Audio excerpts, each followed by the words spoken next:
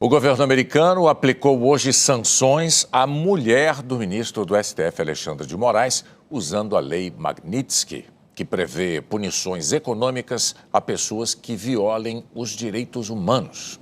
O Departamento do Tesouro explicou assim a sanção. Viviane está sendo sancionada por ser ou ter sido líder ou funcionária do Instituto Lex.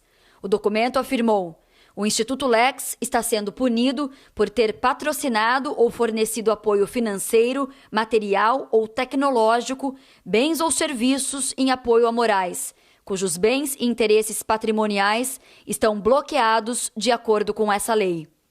Com isso, todos os bens de Viviane, que estejam nos Estados Unidos ou em posse ou sob controle de empresas ou instituições americanas, ficam bloqueados.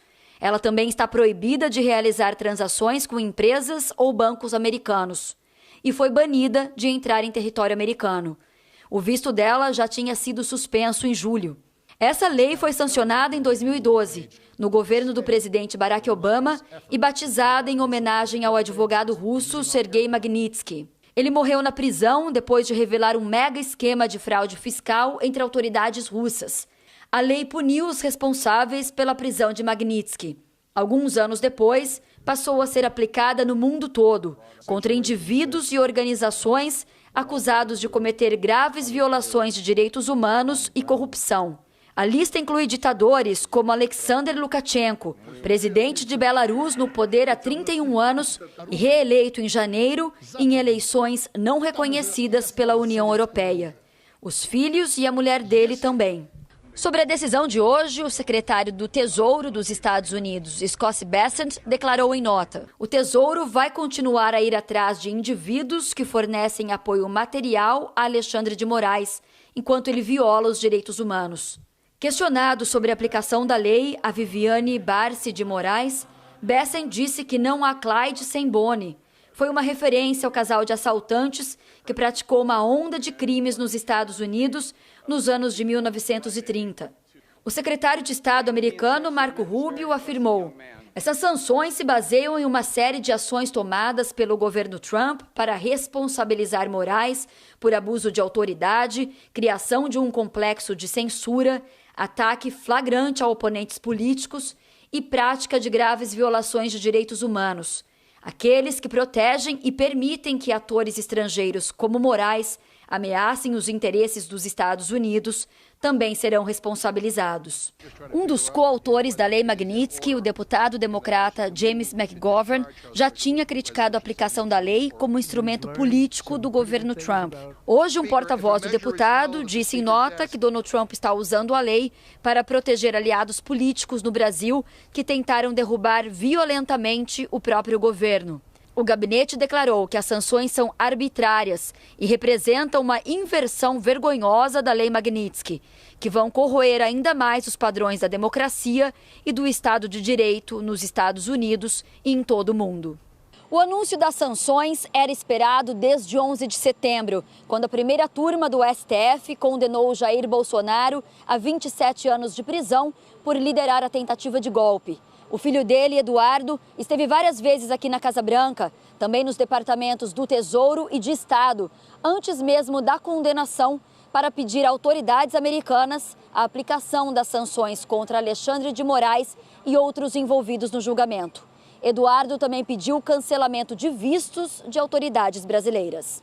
Hoje, o Departamento de Estado anunciou a revogação dos vistos de 7 autoridades brasileiras e seus parentes, inclusive o advogado-geral da União, Jorge Messias. A chefe de gabinete de Alexandre de Moraes, Cristina Yukiko Kusahara Gomes, o ex-advogado-geral da União, José Levi, os atuais e ex-integrantes do gabinete do ministro Alexandre de Moraes no Tribunal Superior Eleitoral e no Supremo Tribunal Federal, os juízes Ayrton Vieira, Marco Antônio Martim Vargas e Rafael Henrique Janela Tamay Rocha, além do ministro do Superior Tribunal de Justiça, Benedito Gonçalves, que foi relator da ação que tornou Bolsonaro inelegível no TSE por abuso de poder político e uso indevido de meios de comunicação.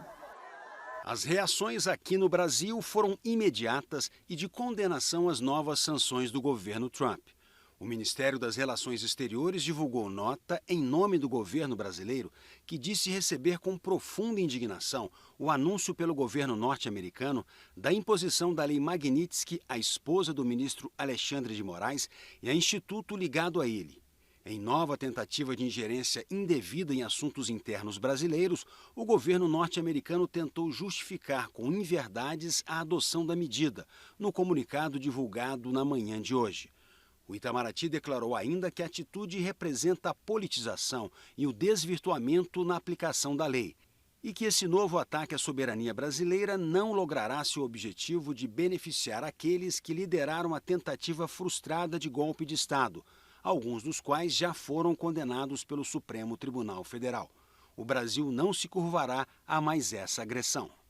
O Supremo Tribunal Federal também reagiu às sanções aplicadas contra a esposa do ministro Alexandre de Moraes. Em uma nota institucional, o STF afirmou que as medidas são lamentáveis e injustas. A nota diz: infelizmente, as autoridades norte-americanas foram convencidas de uma narrativa que não corresponde aos fatos. Estamos diante de um julgamento que respeitou o devido processo legal e o amplo direito de defesa, com total publicidade. No Brasil, a quase totalidade da sociedade reconhece a importância histórica de um julgamento e punição por uma tentativa de golpe de Estado. E finaliza: se já havia injustiça na sanção a um juiz pela sua atuação independente e dentro das leis e da Constituição, ainda mais injusta é a ampliação das medidas para um familiar do magistrado. O ministro Alexandre de Moraes, que já é alvo das mesmas sanções, afirmou: a ilegal e lamentável aplicação da Lei Magnitsky à minha esposa não só contrasta com a história dos Estados Unidos da América, de respeito à lei e aos direitos fundamentais, como também violenta o direito internacional, a soberania do Brasil e a independência do judiciário. Moraes disse que a independência do judiciário, coragem institucional e defesa da soberania nacional fazem parte do universo republicano dos juízes brasileiros, que não aceitarão coações ou obstruções no exercício de sua missão constitucional conferida soberanamente pelo povo brasileiro. Por fim, afirmou que, como integrante do Supremo Tribunal Federal, continuará a cumprir sua missão constitucional de julgar com independência e imparcialidade. Alvo de suspensão de visto por parte dos Estados Unidos, o advogado-geral da União, Jorge Messias, disse que as mais recentes medidas aplicadas pelo governo dos Estados Unidos contra autoridades brasileiras e familiares agravam um desarrazoado conjunto de ações unilaterais, totalmente incompatíveis com a pacífica e harmoniosa condução de relações entre os dois países. Messias disse que, diante dessa agressão injusta, reafirma o integral compromisso com a independência constitucional do nosso sistema de justiça e que recebe sem receios a medida especificamente contra ele dirigida. Os outros alvos das sanções americanas anunciadas hoje não se manifestaram.